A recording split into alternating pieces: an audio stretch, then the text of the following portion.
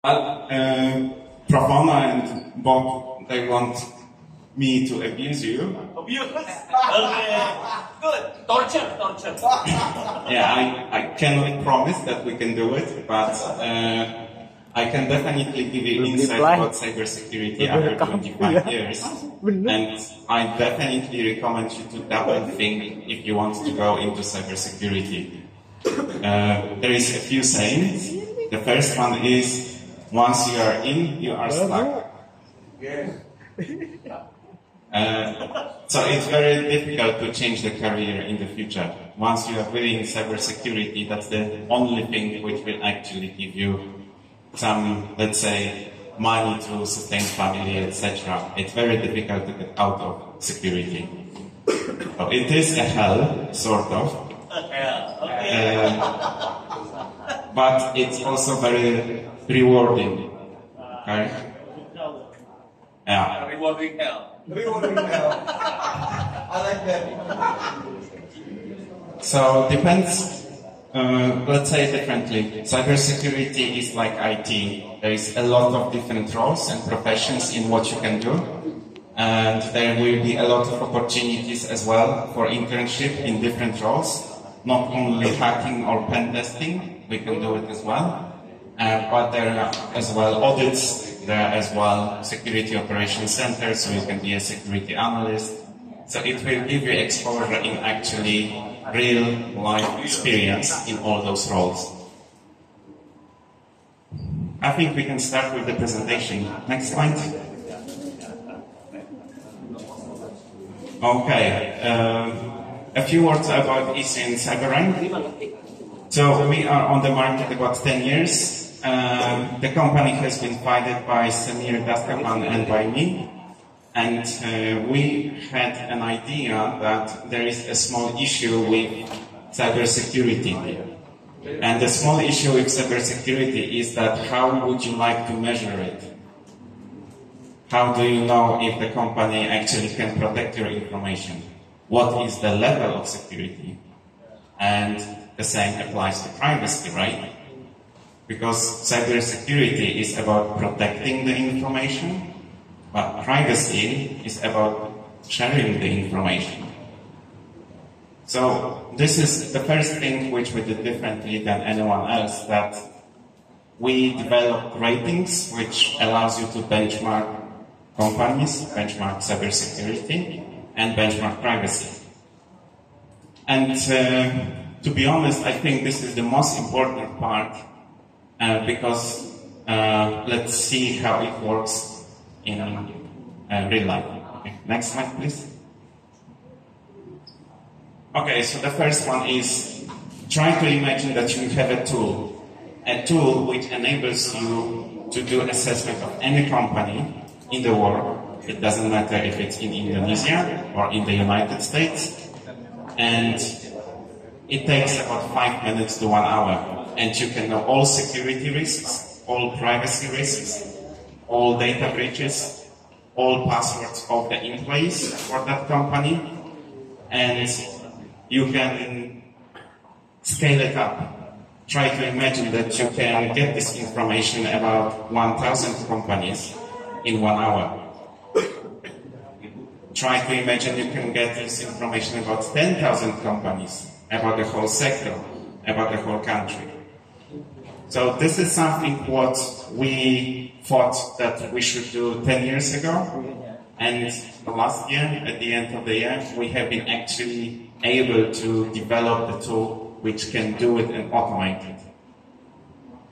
And to prove that the idea is so long, there is an ISO certificate for Independent Information Security Rating Institute.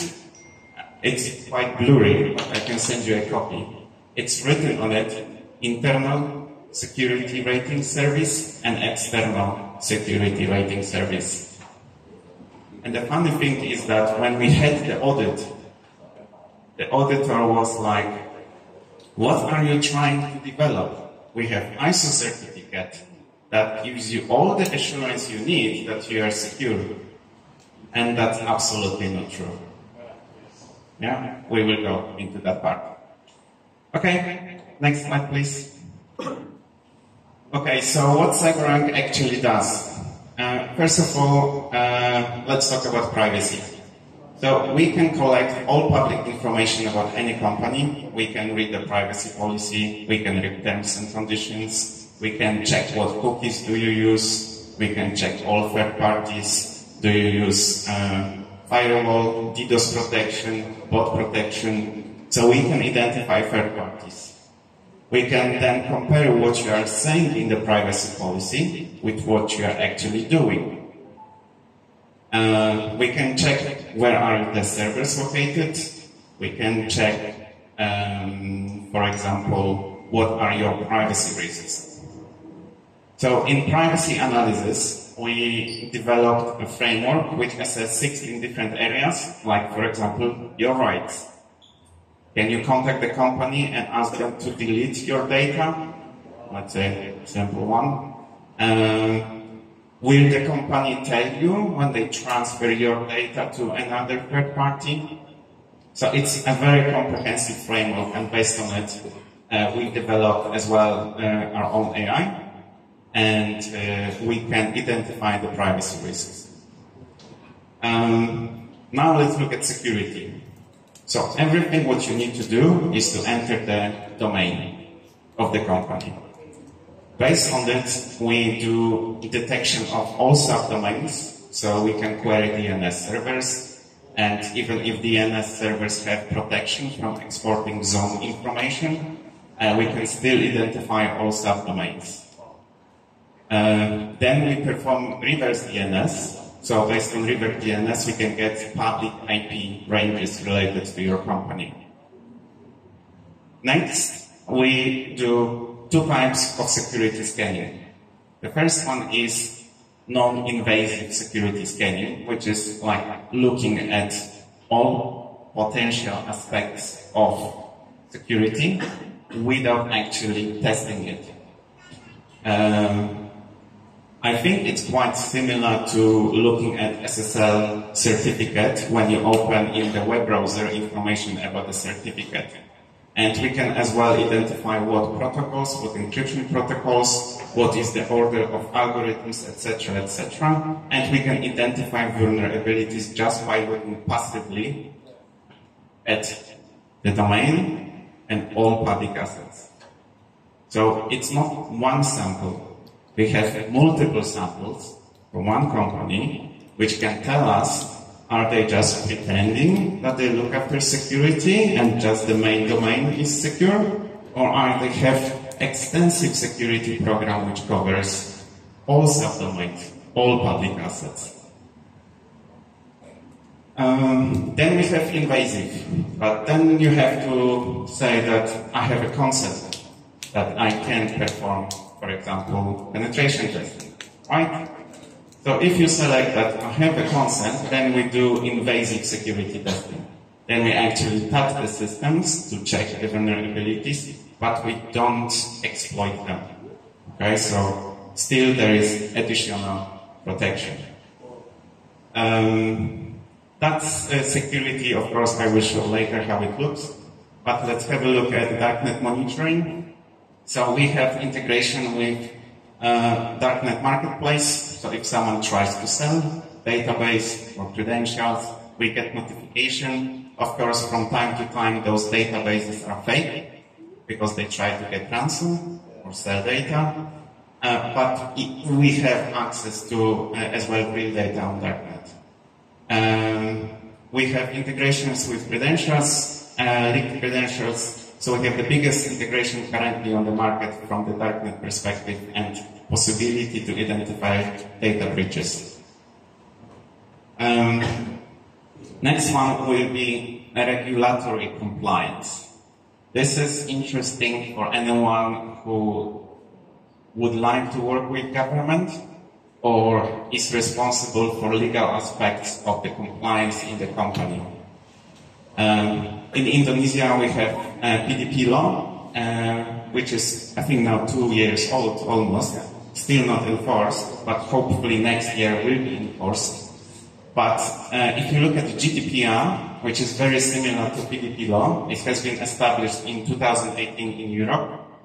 And currently, Europe is receiving significant income from issuing penalties to US-based companies.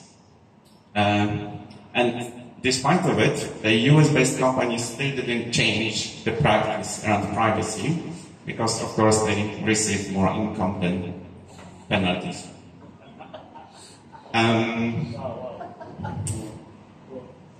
Breach detection. Okay, last thing is that CYBERRANK, the tool, is actually developed in Indonesia.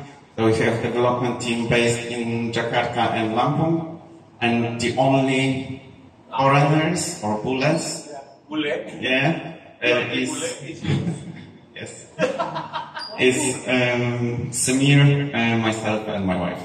Oh, so your family here? Bali. Yeah. Bali. My wife is currently in Bali. Oh, Okay. So that's why you are here. so you can speak Indonesian fluently now? That's basic. Okay. You Good can one. order. Forgetting that. Okay, next slide. Okay, so this is how it works. It's a good example. So let's say that in August, we estimated Indonesian police as a rating D, which is the lowest one. And Police. yes, Okay. Polri. Okay. Polri, which is the lowest possible rating, and the risk is almost certain. And in September and October, they have been hacked twice. Yes, I know. Yeah. You'll come. The data Yeah. also leak. So we will talk a little bit about accuracy of the ratings, but generally it is quite accurate, about 90 to 95%. 85%. Let's go next. So the new assessment, as discussed, you just enter URL, in this case it's PLN, and it detects, it scrolls the website, it finds for the privacy policy, it finds for terms and conditions, so it does the crawling. Next slide. Then you can choose, for example, which subdomains you want to assess, so which public assets. So currently, when you do the assessment, you can pick up to 10 public assets. Based on it, you do the assessment. And there is a checkbox as well, which you cannot see, that I have a consent to perform more invasive security testing. Okay? So if you don't tick it, you can do any company in the world without consent. If you check this checkbox, 3 possibilities: that you have a contract with them, you have consent from them, or there is a clause that you have the right to audit. Okay, next. Risk assessment we discussed. Let's go next. Okay, PDP compliance analysis. So PDP law has, I think, 72 articles in total. Out of 72, 32 articles can be used to issue penalty. From 32 articles, at this point, we can check automatically 15 articles within 10 seconds if the company is compliant or not. Okay. And it can actually show you which article you comply and which article you don't. And the same we can do for GDPR, and the same we can do for other regulations. Next. Non-invasive, invasive. So this is a list of public assets, and there is a list of security findings. Once you click on the finding, you can see what is the CVE reference. You can see what is description of vulnerability. You can see why it is important. You can see how to fix it. And you can see how to test it, that it's fixed. Next. Next part is compliance.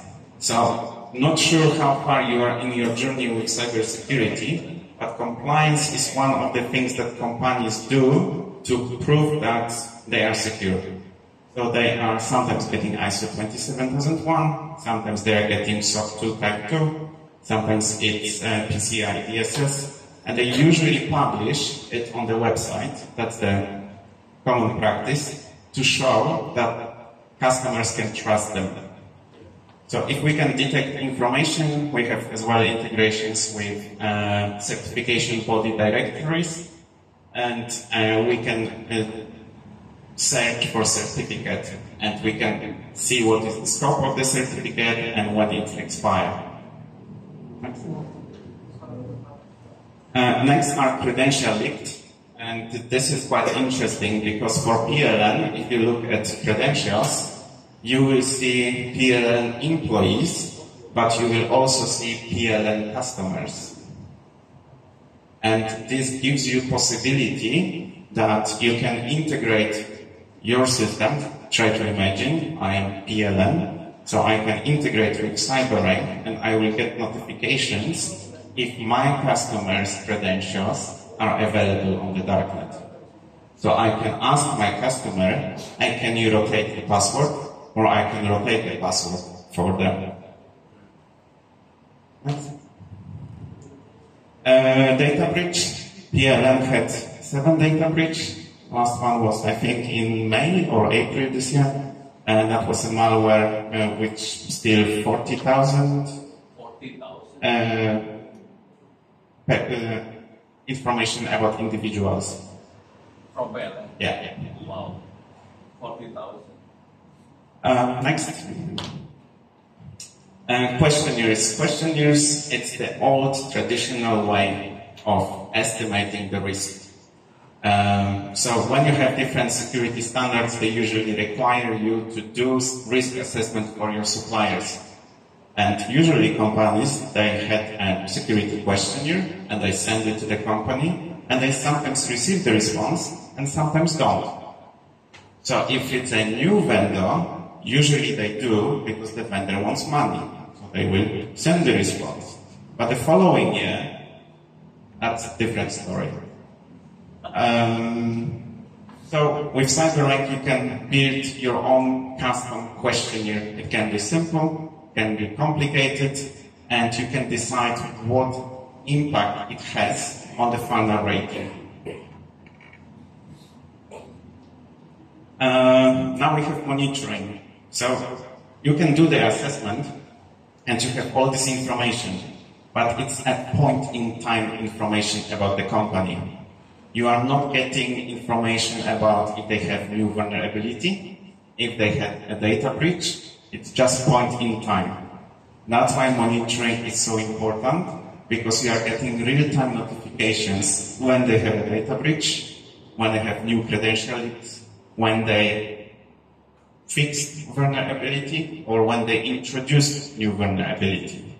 So that gives you information about also the changes in the rating and in the risk profile for any company. Individual, that's something what we both always encourage to do. This is for free. You can just log in, enter your email address or multiple email addresses, and that will check for the credentials, and you can actually see your passwords.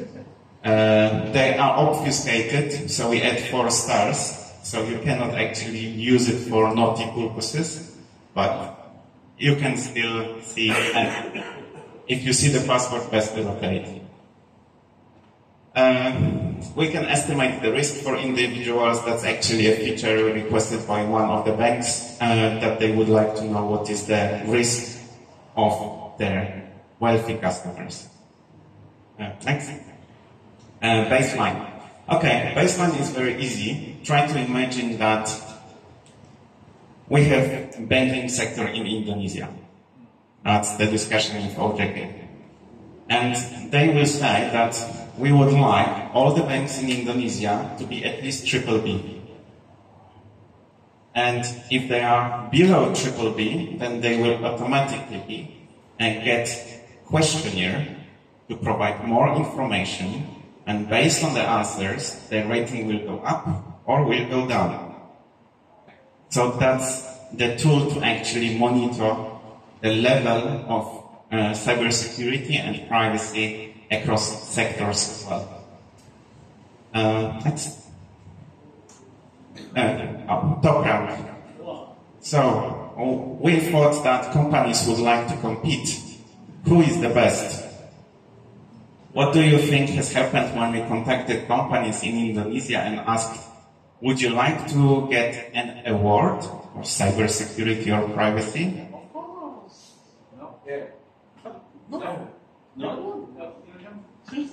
Yeah, I mean, this is very interesting, right? So when after about 6 months here, so almost a year, so easily did an assessment for several top BUMN and companies in utilities and banking. So we want to make an award that has the best cybersecurity postures. And guess what they say?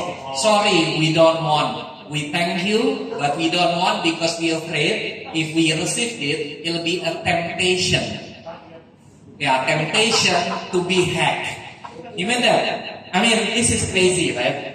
This is how low that this corporation understanding of cybersecurity, right? And then this is coming from a director of risk management on several companies, either banks, utility company, all of them do not want to receive because they are afraid. Hey, Babo, it will, if we claim we are the safest, hackers will be tempted to attack us, right? I mean, you're a hacker, right? Are you tempted if, let's say, a company like Pertamina is the safest? Are you tempted? Yes. So there is some truth in it, right? So you are tempted, right? Let's say, oh, Pertamina is the safest, the most secure company in Indonesia. Let's say Pertamina, right? So you are, Pak Ono said you are hackers, right? So you are tempted. Hey, this is the most secure. Let's test my skill. So apparently, Michael, there is some truth because he said. So maybe you can elaborate. Well, I have a question. Yeah. So I can see that. I have a question that I can see that some part of assessment is requiring you to fill the form, right? For the question that can help you to gain the score or lower the score. Is there possibilities for a company to lie about it? You mean to avoid? Yeah, they try to lie to make the scores maybe. Well, the questionnaire is always based on the answers provided by the company, and the companies, they lie. That happens as well. And it's not just, CyberRank questionnaires. It's generally companies, they don't always provide true information. I see. So there is a possibility, there is still a bias on the side, how you can avoid it. We'll get to it. So CyberRank, it's external rating. Okay? We have something called internal rating, and you cannot lie. Okay, got it. Thank you.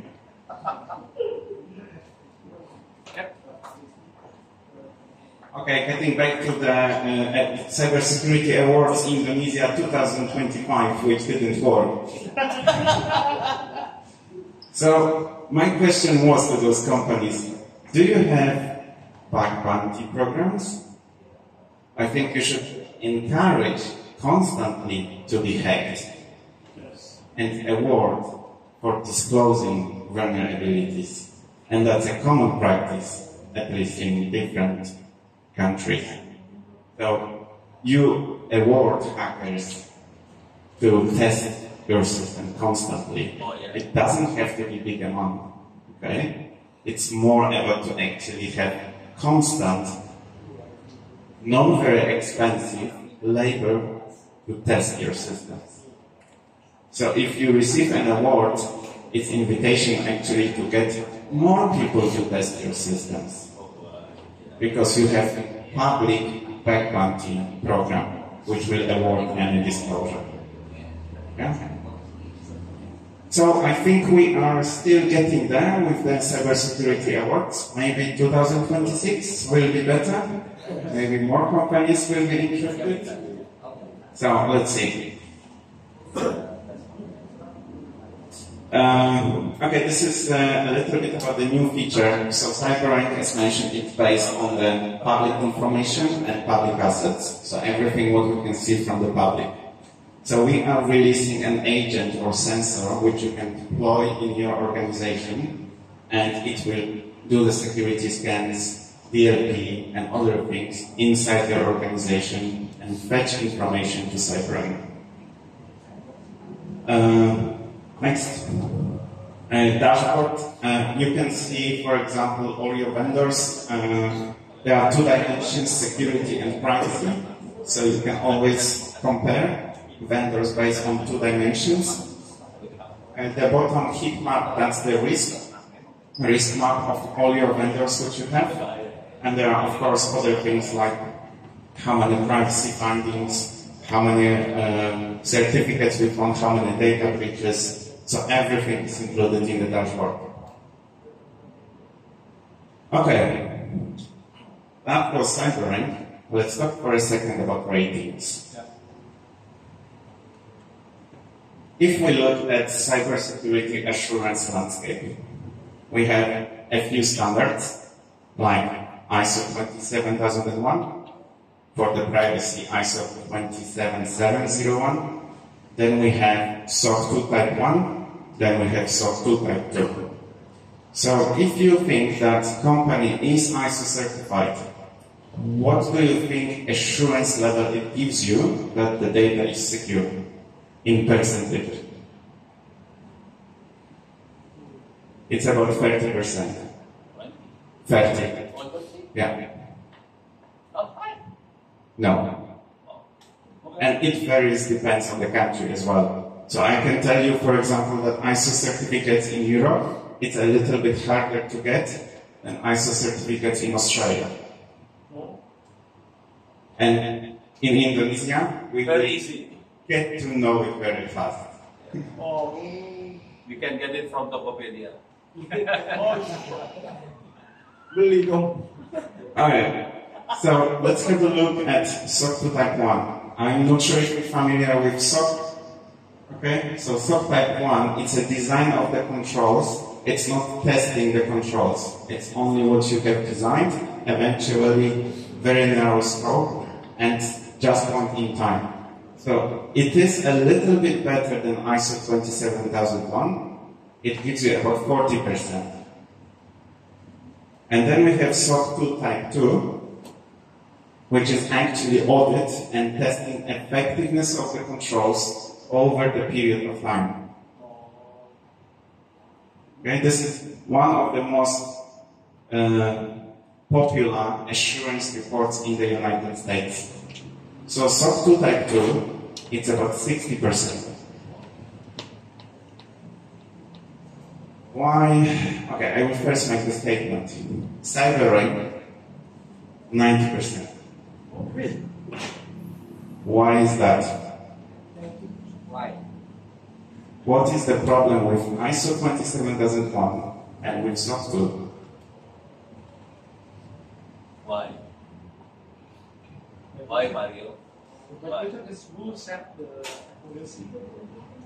Who's correct? Alright, there are two This problems. is robot. This one robot. The other one is human. Michael, is that accuracy or 90% assurance? Assurance that the information given, Yeah. Assurance. assurance that the information, that the rating, if it says D, it's D. Yeah. Okay? If it says A, it's A. So, ISO 27001, first one. You can define scope as you want. Yeah?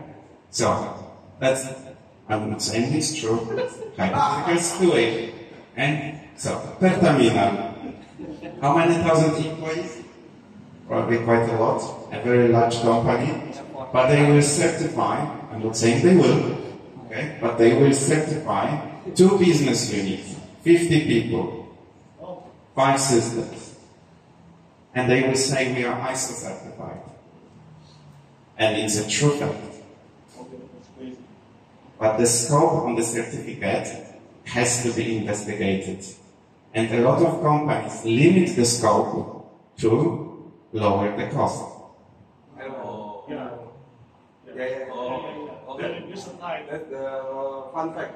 That's the trick. That's the fun fact. Fun fact. Yeah, fun fact. They reduce the time for auditing. Don't say abuse now. There are two dimensions in terms of estimating the ISO cost. One is number of people in scope, and second is number of systems. Yeah. Yeah. Okay. So it's quite a long discussion. Second point, SOC 2 type SOC 2. Why is it only 40% or 60%? Because companies can design the controls as they want, and they can as well limit only to 3 principles. It's a little bit of talking how SOC 2 works. So they can limit the scope as well. So the limitation of scope is first main issue why those 2 standards don't give you enough assurance that the company is actually secure. Now the second problem is the business model. The business model is the auditor is paid by the assessed or audited company. And I have done maybe 200, maybe 250 audits. How many times I was told to pass the company? 100%. 90%. Maybe 20. Oh. But it happens. Oh.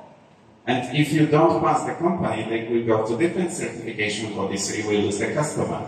It looks like situation with financial ratings in 2008 in the US. Yeah, financial crash. If you don't give me A for my financial instrument, I will go to a different credit agency. Alright. So CYBERRANK 90% because it is automated. Yeah, the 10% is of course some inaccuracy in AI, collecting of data, what are you going to put in the system is a little bit what you will get, but generally it's fully automated. And then we have one more, which is ISRI internal ratings. So I will tell you a bit of story. When we started ISRI, we were doing audits, and we said, you don't pay us. It's your customers who will pay us. So we have been doing audits for free, and we have been putting reports for sale, $150. So think about AWS, right? They have so many customers, we thought it's a premium business model, because everyone will want to buy a report about AWS. Well, AWS didn't like the fact that we want to report, the audit, without being paid by them. So there is a little bit of ideology, in terms of doing the right thing, etc. And that's one of the things why it took us so long to have a CYBERRANK as tool. So we have 2 problems identified. Let's go to the next.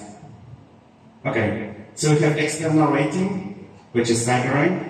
So this is automated, public information, 90%, and can be customized based on sector. So we can do it a little bit different for fintech, we can do it a little bit different for critical infrastructure, and then we have internal rating. And the internal rating is when we actually go to the company and do the audit. And I can tell you 2 things. The first one is AAA is the highest rating, and we have never ever issued AAA. And it's for external and internal. Internal rating, of course, covers external as well, because we look at public information, but we look also at company. So we go to company, we do audit, we look at whole network, technological stack, business processes, human resources, physical security, environmental security. It's a very labor-intensive process. Michael, the SOC 2, is it binary compliance? It's not rating, it's a description of the control. It's a text. Oh, it's a text? Yes, it's the opinion-based. So how do you give the assurance statement? Well, You just get the report, and it's signed by so-called CTA, and that gives you the assurance. So the statement could be a lot of company could be many things, but there's no standardized text. No, there is no standardized text. So how would we, without a standardized text, how they can do 60% assurance? That's statistic. That statistic, and that's based on the fact that SOC 2 Type 2, it's usually 6 months. So for example, one of the control will be password policy. Okay? They will say in the SOC 2 report that this is the control, so it's 12 characters long, one special, one this, one this, one this. And over the period of 6 months, we have tested and verified that this control is working effectively. Okay. So that 60% is that personal opinion, or that's based on some papers or statistics that's being done? Personal opinion. Okay. But can that be studied or verified that it's actually 60% the software? Yeah, I think you can. Okay, let's go next. Okay, CYBERRANK. Bob asked me to give you a little bit insight in how we actually calculate the risk and risk ratings. So we do have 4 automated domains, which is privacy, security, compliance, credential leaks, and data breaches. And we have the 5th one, questionnaire, but I didn't add it because it's not automated. You have to interact. So in terms of security, the final risk for security is about 40%. Privacy is about 30%, compliance is 20%, and data breach and credential leaks is 10%. So this is the rating scale. We start with AAA, which is excellent. And as mentioned, no one got AAA. And the reason why is that we decided that someone who will get AAA will exceed the current standards. You have to go for innovation. And we saw a few examples of innovation in China, but currently it's not across the board. So there are still controls which are not effective. That's why in the summary no one got AAA. And EC got what? EC is A. A is enough. Next. Yes, if you would like to try CYBERRANK, please send me a message on LinkedIn. I think the team switched off 63 credits. 60? Yes, they switched it off. So if you would like some free credits... You switched it off to 60? Yeah, oh. not me, but yeah. Yeah, okay. Just send me a message on LinkedIn and I will send you a voucher, okay, so you can play with the tool. Next.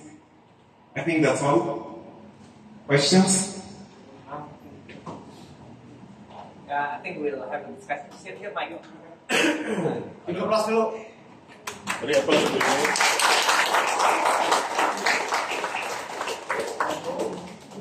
Wow. Oke, ngerti nggak diterangin? Yang diterangin ngerti nggak? Perlu diterangin lagi nggak? Babe. Indonesia ya. Saya terangin bahasa Indonesia dikit ya. Oke. Permission to speak in Indonesia, Michael. Go for it. Oke. Sini aja, Be. Jadi sederhananya gini lah. CYBERRANK bisa mengevaluasi kondisi keamanan sama kondisi data privasinya si institusi. Saran pertama, bikin account di cyberrank.ai. CYBERRANK nyambung, R-nya 2 ya, CYBERRANK R2.ai. Bikin account, terus kontak Michael di LinkedIn, minta voucher 60 kredit. To be honest, I still have some voucher myself. So, kalau enggak bisa minta ke saya. Tapi saya cuma punya 10 biji kalau saya cuma punya 10. So, jadi bisa hubungin Michael di LinkedIn atau hubungin saya. Cobain CYBERRANK. Oke? dengan voucher yang ada kita bisa mengevaluasi. Oke, sekarang cara evaluasinya yang paling pertama CYBERRANK evaluasinya nggak langsung penetration test segala macam, enggak, dia pakai informasi yang ada di luar. Jadi data kita bocornya di mana segala macam lihat dari situ. Cuman tadi Michael cerita ada yang internal juga, jadi akan ada juga yang evaluasi internal. Bisa lihat dari dalam bocornya di mana. Terus ya, ini kerjaan banyak nih. Soalnya sebagian programmernya CYBERRANK memang dari Indonesia. Dan mereka butuh orang-orang yang magang di CYBERRANK, bisa nanti kalau jago bisa ditarik. Kira-kira gitu. Yang menarik dari CYBERRANK yang nggak ada di tempat lain, yang menarik ini. Kita kan punya undang-undang nih, undang-undang perlindungan data pribadi, ada pasal, ada segala macam. CYBERRANK bisa lihat Anda melanggar pasal apa aja. Gitu ya. Kelihatan. Tadi PDP berapa? 70 berapa? 73 ya. PDP. 72 ya, 72 terus CYBERRANK mendeteksi 32. Jadi ada 72 pasal di undang PDP. CYBERRANK bisa deteksi 32 langsung dalam waktu 10 detik. Dijalanin langsung ketahuan Anda melanggar pasal ini. Ini masalah loh sebetulnya, karena kalau sampai melanggar urusannya berapa? 2% dari revenue. 2% dari pendapatan. Dendanya. Ada lagi yang 50 miliar tuh ya. Itu kebocoran tidak melaporkan dalam 72 jam. Jadi kalau data bocor tidak melaporkan 70 miliar, dan data bocornya bisa dideteksi pakai CYBERRANK. Jadi CYBERRANK masuk ke dark web, dia bisa lihat data bocornya juga. Dan ini urusannya denda 50 miliar. Gitu ya. Dan perusahaannya bisa dihentikan operasinya. Jadi ngeri sih sebenarnya kalau ini. Dan undang-undang ini akan dioperasikan 2026. Operasional benar ya, karena presiden akan tanda tangan. Undang-undang kita tanda tangan, tapi 2026 peraturan pemerintah tanda tangan. Peraturan pemerintah tanda tangan, jalan urusannya. Dendanya jalan semua urusannya, kacau. Jadi ini serius banget nih urusannya. Belum ada tool yang seperti ini soalnya. Alat-alat seperti ini nggak ada. Ini baru yang pertama yang bisa sampai level seperti itu. Dia bisa sampai deteksi ayat pasalnya kenanya di mana. Dari situ dia juga. Do you guys can give advice? Ya. Okay. So CYBERRANK juga bisa ngasih advice. Apa yang harus kita kerjakan? Sedahsyat itu sih sebetulnya. Gitu ya. Toolnya cuma ada satu ini. Dan ini akan dipakai di perbankan, di OWP segala macam. Dan harus kembangin terus. Barangkali Indonesia barangkali negara yang paling intens is Europe, right? Yeah. For this thing. Outside Europe, New Zealand, Australia, US. Australia, New Zealand, US. Yes. Now Indonesia next year, I hope. Hopefully this year. Yeah. So baru sedikit negara yang urusan kayak gini serius. Indonesia barangkali negara yang lagi megap-megap tapi mau serius. Ini jadi kesempatan buat anda buat masuk dunia ini. Oke, beres ya? Pertanyaan? Boleh bahasa Indonesia? Uish. Oh, diarahin ke gue. Iya kan, iya. Ada pertanyaan? Any questions? Ya, siap. Bahasa Indonesia boleh, bahasa Inggris boleh. So this is for Mr. Michael. There are two questions I would like to ask. So the first thing is, what is the most efficient way as a beginner to get into cybersecurity? Because as a beginner, we oftentimes get overwhelmed on how to learn and how to learn it and what to learn and how to implement what we've been learning. And the second question is, what is the most demanding cybersecurity job in the industry currently and why? Thank you. Okay, two very good questions.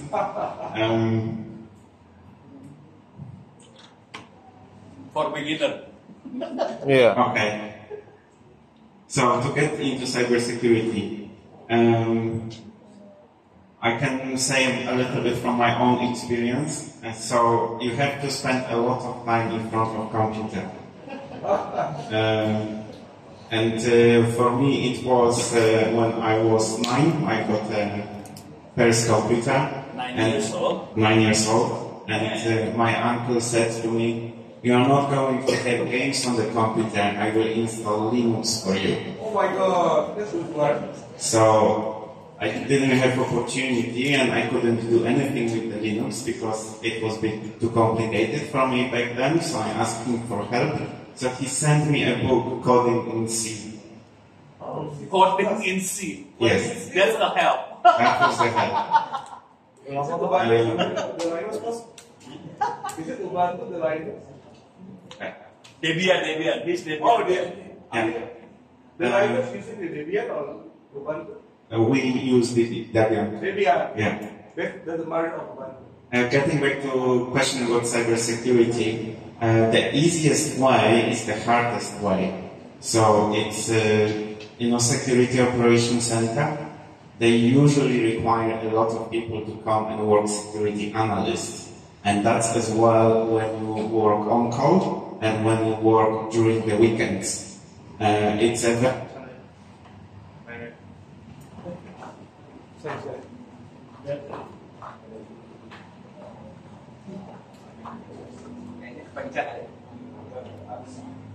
Mati lagi.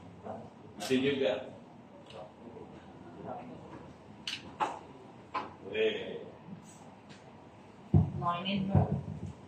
One, yeah. I think that you have to answer a question, what do you like to do the most? Okay, what is the most interesting for you, and then look at security aspect out of it. And for some people, penetration testing is very interesting, and for some people, auditing is very interesting. So I think the internship is a really good way to get experience, and just contact us and we will see how can we help. Okay. Let me ask follow-up questions. So, Michael, correct me if I'm wrong. Right? It seems with the advent, the increase of AI usage right now, I think it's only inevitable that programmers will be obsolete because all you need to do is ask AI to do this. I almost every day use AI, right? I even, may give me agent to do open up email like this and put it in the, that easily within 5 minutes. So I can see that in the immediate future there is no use for programmers, right? What you will need is prompting. So I don't know if you guys still have another 4 years. By the time you get out, I don't think you have a job there because all will be replaced by AI. That's my statement, right? But my question is, I see that in cybersecurity is hardly can be replaced by AI 100%, right? So, in your opinion, I was, back in my early age during college, I've been coding, assembly, like that, right? But not high level assembly. So I know the mentality of coder or programmers, like maybe 20, 40 years ago I was doing small stuff, right?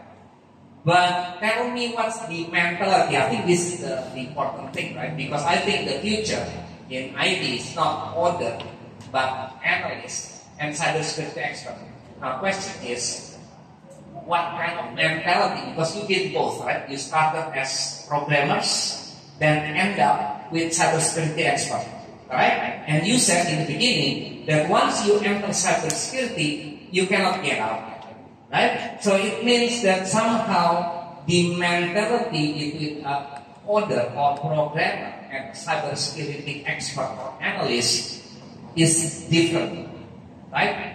Maybe can you elaborate on, my questions and that my statement that is there a place after AI that people still need programmers, right? Please. Okay, so I think AI will definitely reduce need for human programmers, but there will be still something.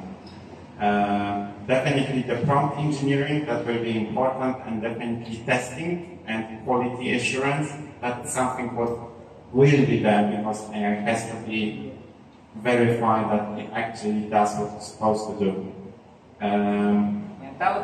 Mentality between Programmers and cybersecurity. Okay, so the programmer is focused on solving the problem. Cybersecurity is focused on using the solution for own purposes. So in mindset, how does it has to be the thinking, the mindset? I think it's sometimes very similar and sometimes very different. Tell me the difference first.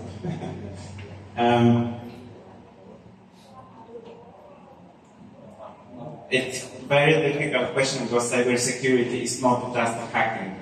Okay? So if I look from the hacker perspective, then yes, it's hacker has to think as a software developer as well, but how to use the code to do what they wanted to do. Software developer is only thinking how to provide functionality, or like the UX UI, how to improve the user experience. Okay. I think AI will be used by cybersecurity experts in the future as well to improve things. Yeah. Terima kasih, thank you Michael. Satu dua pertanyaan lagi. Vide? Enggak? Nanya lu kalau gue cekek. Nanya. Bro, Yes. Video harus nanya. Hah? Video harus nanya. Vide harus nanya lu, kalau enggak tadi dipotong lu mampus.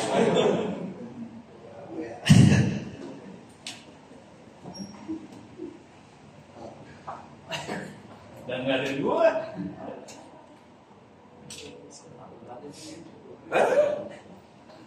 Saya aku cyber security padahal. Tanya. Belum ada. Dari sini. Please. Nanya lu. Bisa nggak pakai Bitcoin atau apa gitu? Oh iya. Nanya dah. Coba blockchain. Bahasa Indonesia. Nanya boleh bahasa Indonesia ya?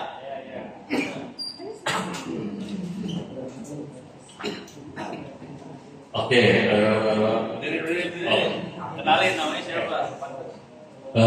Perkenalkan, nama saya Rizky Ananda Fadila, Prodi Teknologi Informasi semester 3. Mungkin saya ingin bertanya ya untuk mengenai di bidang cyber security, karena kebetulan saya explore dunia blockchain. So apakah nantinya sekarang kan lagi rame ya soal Web3 ya kan, beberapa platform yang sudah menggunakan sistemnya blockchain ya, jaringan blockchain. So pertanyaannya apakah sebuah blockchain itu menjadi sebuah solusi ya ke depannya bagi security tambahan ya, karena kan di situ untuk maybe like dalam sebuah website Web3 itu sudah teknologi untuk login ya segala macam itu udah menggunakan wallet sendiri ya. Jadi di situ kan filosofinya blockchain atau Web3 itu tentang data pribadi di situ. Apakah itu menjadi solusi atau apakah emang ke depannya dunia website itu masih berkaitan dengan teknologi yang sebelumnya atau disebut Web2? Terima kasih. Ya. Bapak udah Basically, he's questioning whether blockchain will be the solution for Web3 security, or we keep on using the old Web2 solution. What's your opinion? I think blockchain is amazing technology, of course with some challenges as well in cybersecurity space. For example, 51% attack, right? I think blockchain can be a solution until Web3 might take over, and that's actually a big push at some communities to make it happen. However, there might be as well a little bit resistance to keep the current web. So we don't know yet where it will go. People keep the current web technology 2.0 because of the existing is in 2.0. They don't want to redevelop the system. Correct. Plus the control over the current internet. Oh, kebayang? Cukup. Tapi in the future, if everything is mature, do you think the blockchain will be an important tool? I hope so. Oh, you are hoping to. Are you a miner as well? I used to be. I had a mining company. So we had a distributed cloud mining service in New Zealand because New Zealand is the green country which produces electricity 90% from renewables. Oh, okay. But then crypto crashed and then we sold the company. So, yeah. Seriously? Yeah. Okay. So Michael is also a miner. Are you a miner? Used to be. But for proof of concept only. So I learned, okay, proof. Pertanyaan lagi? Terakhir, oke. Bahasa Indonesia boleh? Terakhir, belakang. Dari dosen. Dosen. Dari Bufia biasanya pertanyaan. Ayo, Bu dosen. Aduh, pertanyaan dosen.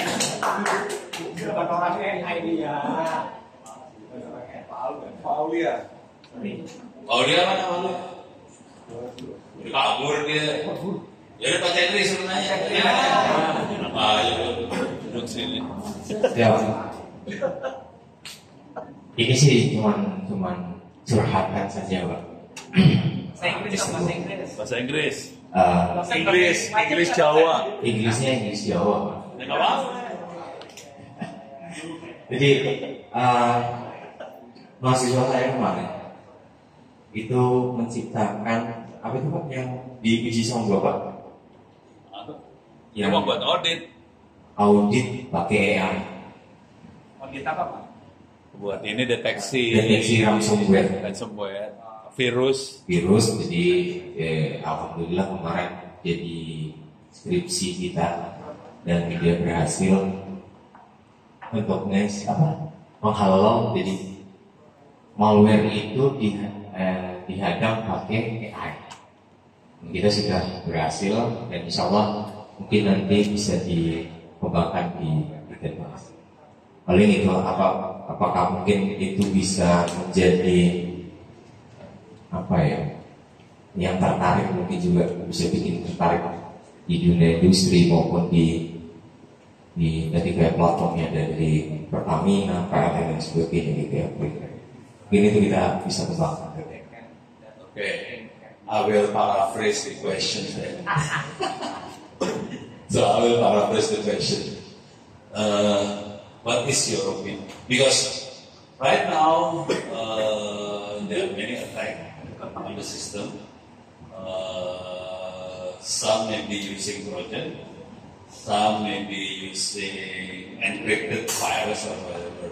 So this particular student, basically they grab the signature of the virus from the memory, and they use AI to classify whether this is a good program or this is a miscellaneous program. So we use AI for this thing. Okay. The question is how important this kind of research do you think for cybersecurity of this kind of? Okay, I just have a follow-up question because you mentioned two things. Is it signature based? No, they grab so they look at the RAM, memory, and then we use this. There are some tools. Those can create the feature of this particular software. Okay. So the AI is basically classifying based on the feature. Okay, so AI is very good in discovering patterns. Yes. Right? So I think there is definitely potential to further develop it. I would add maybe a different angle to, not just by looking in the memory, at the libraries, codes, etc., but at the behavior of the program. So if you are having a program which is trying to encrypt files in a large amount, then of course there is behavior which indicates that it can be ransomware. I think it's a good paper. I actually wrote my master thesis 20 years ago on universal system to discover network anomalies. So creating the network behavior and discovering patterns. There was no AI back then, but if you use AI, I think it's very valuable and can lead to really good outcome. I would definitely encourage to research it further. For analyzing behavior, we need a sandbox, something like that. Yeah, so if you think about Trojan, malware, ransomware, they all have certain behavior to lead to something, right? So if you create a directory or a library of the behaviors, then you can actually detect programs which behavior is similar to one of the programs. Interesting. Yeah? Never thought about that. Iya. Bagus. Ya. Terima kasih. Thank you. Terima kasih banyak. Kita beri applause dulu pada Bapak kali ini. Terima kasih. Thank you. Kali ini saya give back the microphone to Bia. Terima kasih. Right. Thank you, Mr. Michael Everest, for the truly enlightening presentation about cybersecurity and data privacy writing. We hope the insights will enrich our understanding here at ITTS. Yeah, now, ladies and gentlemen, with the conclusion of the guest lecture session, the entire series of the Memorandum of Understanding signing and guest lecture has now come to an end.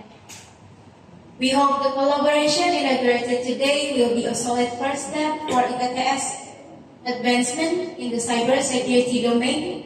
I, as your MC today, apologize profusely for any shortcomings, mistakes, or inconveniences during the event. Good afternoon. We thank you for the attendance and participants of all the guests. Wassalamualaikum warahmatullahi wabarakatuh.